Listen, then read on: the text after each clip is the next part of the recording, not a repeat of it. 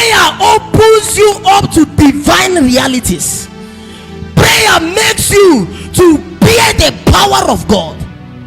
The prayer I'm talking about is not a prayer of God give me this, God give me that. The prayer I'm talking about is a prayer of intimacy, a prayer of communion, a prayer of charging. Your spiritual man is like a phone. When you charge your phone, why are you hearing me? When you charge your phone, you plug your phone and it begins to charge. It might take an hour, it might take 2 hours, it might take 3 hours, depending on the capacity of the charger you are using. What you will notice is that your phone might be 0% or 1%. As the time goes on and the electricity is still available, all of a sudden your phone will from 0% and it will enter 100%. True or false? What has happened? Your phone got what? Charged. And at that capacity, you can use your phone to do a lot of things because it is what? Because it is what? Can you use a dead phone to enter Facebook? Can you use it to enter WhatsApp? No. The same way your spirit man is. Your spirit man is like your phone. When you begin to charge your spirit man, how do you charge your spirit man? As you pray in tongues, you are charging.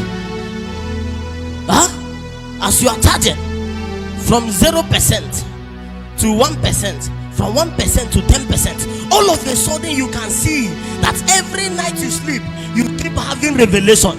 Your eyes will be open. We have so many prophetic people. Do you know what the Bible says in John chapter 2 verse 28? He said, in the last days I will pour out my spirit upon all flesh. He did not say I will pour out my spirit upon winner. No, he said upon all flesh. And your sons and your daughters shall what? Prophesy.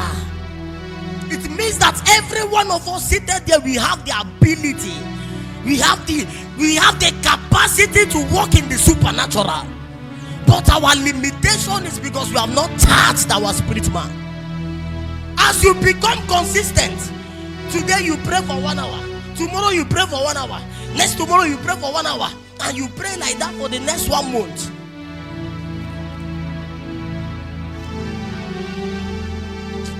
I see God doing something here.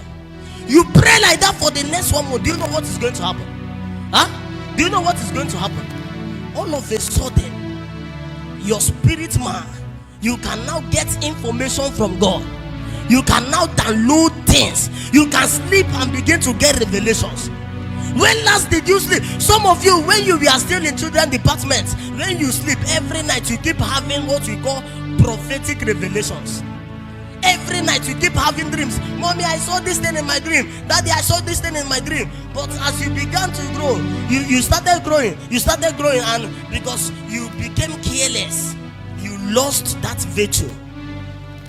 What you need to do is to charge your spirit man. I want you to touch yourself and say, I will pray. How does it concern what we read? A man called Goliath came out. This man called Goliath was a giant. He was a great and mighty man in the Philistine. He came out and said, I have heard that you people conquer territories. I've heard that you people do this and do that. I've heard stories about this country called Israel. But today I challenge you. I defy your armies. I challenge you. Just bring me a man. I don't care to know who the person is, but if that person can bring me down today. The person that was talking is Goliath. Goliath had been a soldier from the day they gave birth to him. He was from the tribe of there was a time the Bible recorded that angels came to earth and began to sleep with women, and those women gave birth to giants. Goliath was from that intercourse of angels sleeping with women. So he was not an ordinary person. Goliath was operating in a high demonic frequency. He said, I challenge you. if you can bring me a man that will subdue me today, if you can bring me a man that will remove my head today, then the Philistines will submit to you. So many of you, you are in that place in your life where challenges have questioned the place of God in your life. Sometimes your parents stay and they say, "Is all this," because they have not experienced the hand of God. They stay and they be like, "Are you sure this thing we are doing, this thing we are calling church is even true?" Some of you, you are in that place where you see your mother cry every night. Things are happening. Things you cannot say.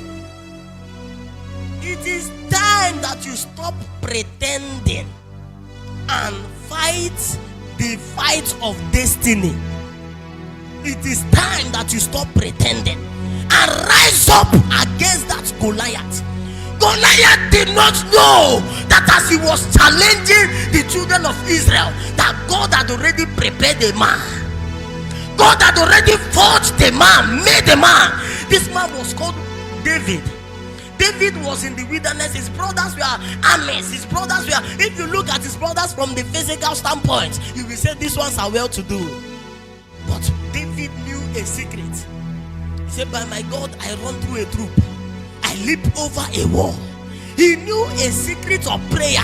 He knew a secret of staying in the secret place of the Most High.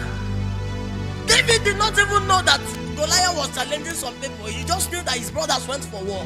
But because the Lord had prepared him for a time such as that. You have come into your family now. The same thing your parents are complaining about. You too, you are complaining about the same thing. My mother does not have money, my father does not have money, our family is poor, our family is this one, our family is that one. You don't know that God brought you into that family so that you can become a result, a solution to that problem. Are we going to win the battle? A man called Goliath is standing in your family and you are saying, "My parents are poor, I don't know what to do, I don't know." If you continue to complain, you will die a normal man.